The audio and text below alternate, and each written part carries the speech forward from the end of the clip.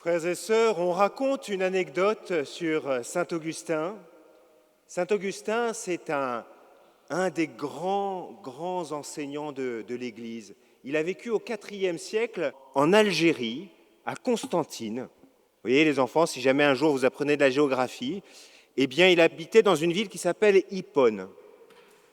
Et saint Augustin, c'était vraiment quelqu'un qui avait beaucoup réfléchi et qui était un homme qui a approfondi pour nous tous beaucoup de choses. Et notamment, il a beaucoup réfléchi sur ce qu'était la Sainte Trinité. À la fin de sa vie, justement, il essayait de méditer sur ce mystère.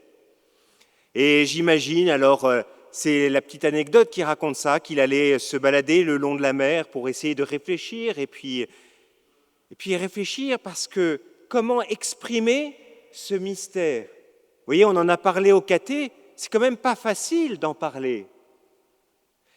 Et on raconte qu'un jour, alors qu'il était au bord du rivage et qu'il était en train de méditer sur ce mystère, il y a un enfant qui vient le voir. Et cet enfant avait un petit coquillage dans les mains. Alors l'enfant, curieux, va voir Augustin et dit « Hé, à quoi tu penses ?» Augustin, un peu surpris, dit à l'enfant « Mais je pense à Dieu et puis j'essaie d'exprimer, j'essaie de comprendre pourquoi à la fois il est un et trois. Comment exprimer ça ? Vous voyez, c'est exactement la même question que vous m'avez posée à la séance caté.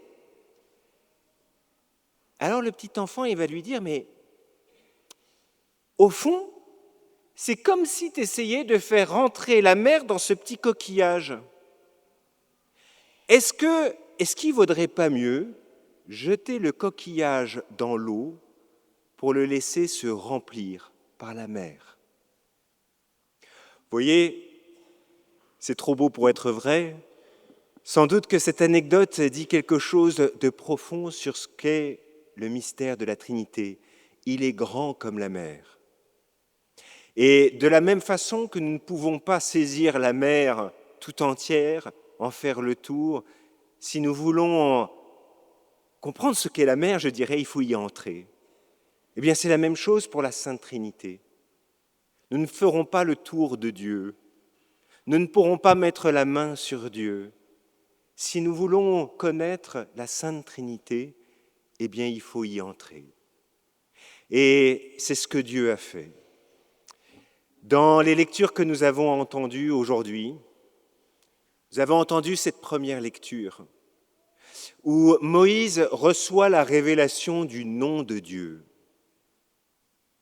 Si nous connaissons Dieu, ce n'est pas parce qu'il y a un gars super intelligent qui a trouvé l'équation qui correspondait à Dieu. C'est parce que Dieu est venu à nous. Et il est venu à la rencontre de Moïse. Et vous avez entendu dans cette première lecture que Dieu a révélé son nom à Moïse. Il l'a révélé une première fois dans le buisson ardent. Il a dit « Je suis celui qui est ». En fait, il n'a pas dit « Je suis celui qui est ». Il a dit « Je suis » et il a prononcé un nom imprononçable. C'est un nom que parfois, dans les Bibles, vous trouvez sous le mot de Yahvé. Mais Yahvé, c'est pour essayer de mettre des voyelles sur un nom qu'on ne prononce pas. Et d'ailleurs, dans la culture juive, dans le judaïsme, on ne prononce pas le nom de Dieu. Ces 4 lettres n'étaient prononcées qu'une seule fois dans le temple de Jérusalem, le jour du Yom Kippour, le jour du grand pardon. Et c'est important parce que d'abord, pour une première chose, donner un nom à quelque chose ou à quelqu'un, ça veut dire que j'en fais un objet, c'est-à-dire que je suis capable d'en faire le tour. Or, eh bien, la première chose que Moïse apprend, c'est qu'on ne fait pas le tour de Dieu. On ne met pas la main sur Dieu. Lorsque Dieu nous révèle son nom, il nous révèle qui il est et il nous révèle qu'il est tendre et miséricordieux. Si nous voulons le connaître, ce n'est pas comme un objet lointain, c'est véritablement dans l'expérience dans notre histoire de sa miséricorde et de sa tendresse. Et c'est pour ça qu'on prononce le nom de Dieu le jour du grand pardon. Parce que le pardon nous révèle qui est Dieu, le vrai visage de Dieu. Dieu vient à notre rencontre dans l'histoire. Et il est venu en Jésus nous montrer qui il était. Dieu a tellement aimé le monde qu'il a donné son Fils. Par Jésus, c'est le mystère de Dieu qui nous est révélé.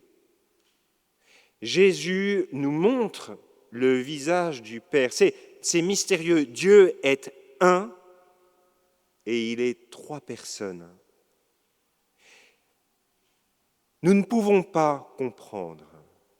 Mais lorsque Dieu vient à notre rencontre, lorsqu'il est venu à la rencontre des disciples, les disciples, petit à petit, ont pris conscience que c'est en devenant fils, en recevant l'Esprit Saint, qu'ils découvrent qu'en Dieu, il y a un Père, et il y a un Fils, et il y a un Esprit Saint.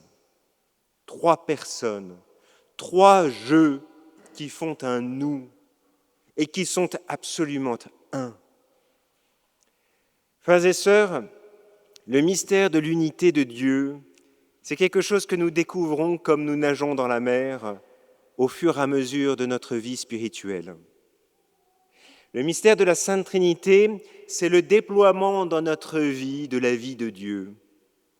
Nous découvrons peu à peu, et particulièrement dans la prière, que Dieu respire en nous. Vous voyez cette très belle phrase du pape François qui disait « Quand je prie, c'est Dieu qui respire en moi ». Nous entrons dans la vie de Dieu. C'est pour ça que c'est si important de prier, c'est si important le silence. Ce silence où l'on entend Dieu, c'est ce qui nous permet de laisser Dieu respirer en moi, de laisser son cœur battre dans le mien. Excusez-moi pour ces images, si elles vous paraissent un peu romantiques à l'eau de rose. Mais c'est ça, vivre avec Dieu, vivre en Dieu, vivre par lui. Nous sommes appelés à vivre cela. Et les enfants, eh bien oui, il y a un moment donné où faut lâcher prise avec son intelligence parce que c'est la vie qui vous apprend qui est Dieu. Je vais vous raconter une petite histoire que j'ai vécue moi quand j'étais, un petit témoignage personnel que j'ai vécu quand j'avais votre âge et à peu près à votre âge. Je me souviens, c'est ma maman qui m'a appris, qui m'a parlé du mystère de la Sainte Trinité, alors avec des mots simples, en disant, mais tu sais, Dieu, il est un et puis c'est trois personnes. Alors je lui demandais, mais alors comment ça se fait, comment ça marche, comment ça s'emboîte, comment on peut être trois et comment on peut être un.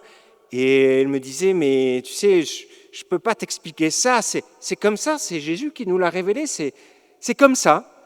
Et comme j'arrêtais pas de lâcher, parce que quand on est petit, on lâche pas, vous voyez, comme au caté, vous lâchez pas, mais je comprends pas, je veux comprendre.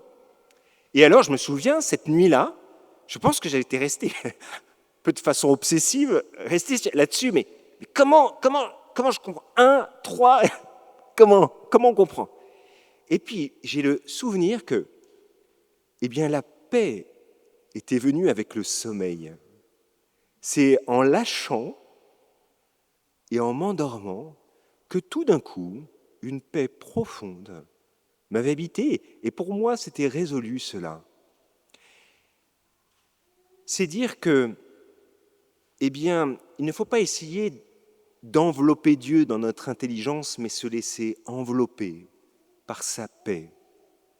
C'est en prenant conscience que, eh bien, c'est lui qui nous porte, que nous sommes portés dans l'être, dans notre vie, dans notre intelligence, par un mystère plus grand que nous.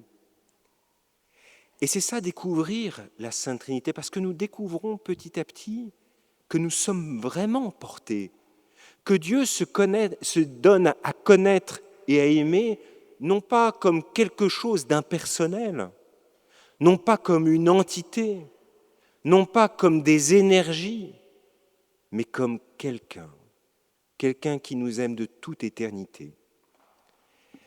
Frères et sœurs, ce mystère de la Trinité, c'est le mystère même de la vie. C'est le mystère de cette fécondité. Et je profite de l'occasion de célébrer à la fois la fête de la Sainte Trinité et la fête des Mères pour montrer ce pont qu'il y a entre les deux. Nous célébrons le même jour le mystère de la vie qui nous est donnée dans notre vie biologique, mais aussi dans notre vie spirituelle. Faire grandir cette vie, la contempler, la découvrir, s'abandonner à cela parce que nous recevons quelque chose que nous ne nous sommes pas donné. C'est le mystère de la vie chrétienne. Et je fais à nouveau un pont, vous allez peut-être trouver que c'est une extrapolation, mais toute la bonne volonté que les hommes et les femmes donnent dans notre paroisse, eh bien c'est le déploiement aussi de cette vie. Se donner, donner du temps, donner de sa générosité, donner de sa patience, prendre soin les uns des autres. Tout ce qu'il y a derrière ce qu'on appelle le bénévolat, ce n'est pas seulement le fait de ne pas être payé, c'est beaucoup plus profond que ça. C'est vivre quelque chose de la gratuité et de la fécondité de Dieu. Eh bien, frères et sœurs, je nous souhaite à tous d'entrer dans ce mystère. Je nous souhaite à tous de nous réjouir de donner gratuitement comme Dieu donne gratuitement. Que nous puissions entrer dans la vie de Dieu. Amen.